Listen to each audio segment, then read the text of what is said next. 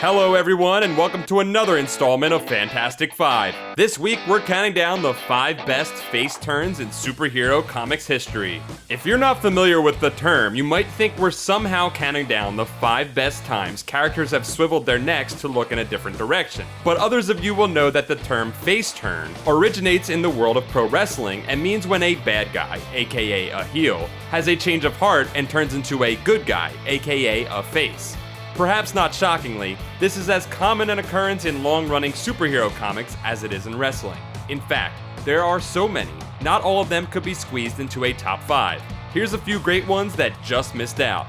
The original Thunderbolts, especially Songbird, Venom, Lethal Protector, Riddler, Private Eye, the X-Men's Rogue, and Plastic Man, who could have topped this list except he was only bad for about 5 pages before turning good. Now on to the top 5. Number 5, Omni Man. Now, this might be a bit of a spoiler for those of you who haven't read Invincible, but you've had well over a decade to catch up. Omni Man, the father of Invincible protagonist Mark Grayson, is considered the world's greatest hero until it's revealed that he's actually only on Earth in order to conquer it for an alien empire. But wait, I hear you cry. I thought this was about bad people turning good. Just wait. Moved by his son's impassioned defense of his birth planet, family, and friends, Omni Man realizes he actually loves Earth and joins Mark and other heroes to defend it from the conquering Viltrumites. Number 4, the Pied Piper and the Trickster.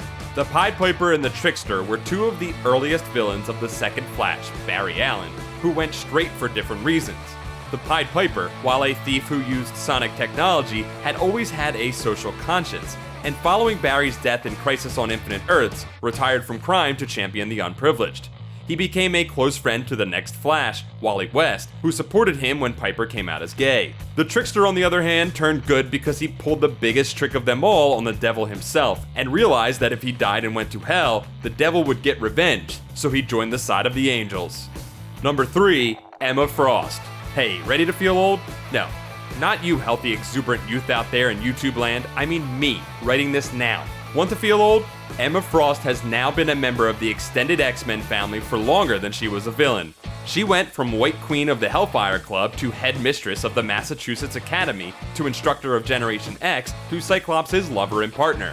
While she is now devoted to trying to help protect and foster the mutant race, she is at least still kind of me. Hey, speaking of mutants.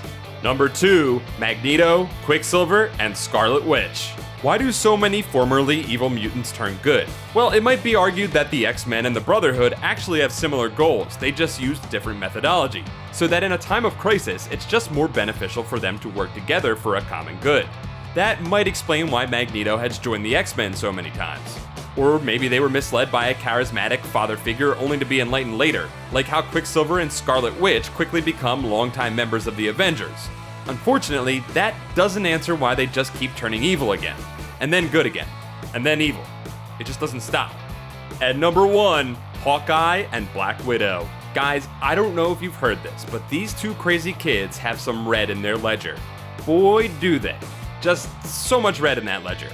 Hawkeye was originally a carny who was only mistaken for a thief at first, until he ran into a certain Soviet super spy who used his infatuation with her to convince him to steal technology from Tony Stark. Clint, you romantic idiot. But when Black Widow was injured in that attempt, he decided to be a straight shooter from then on. Get it? Black Widow soon defected from the Soviet Union anyway, and they both joined the Avengers, and the 2 have become almost synonymous with the team, to the point where you'd almost forget that they ever had been villains. If their ledgers weren't so red. That's all for this week.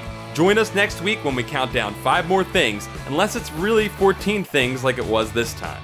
Thanks for watching this episode of Fantastic Fives. Don't forget to like this video, subscribe to Comics Alliance for more comic facts, and check out comicsalliance.com for more comic awesomeness.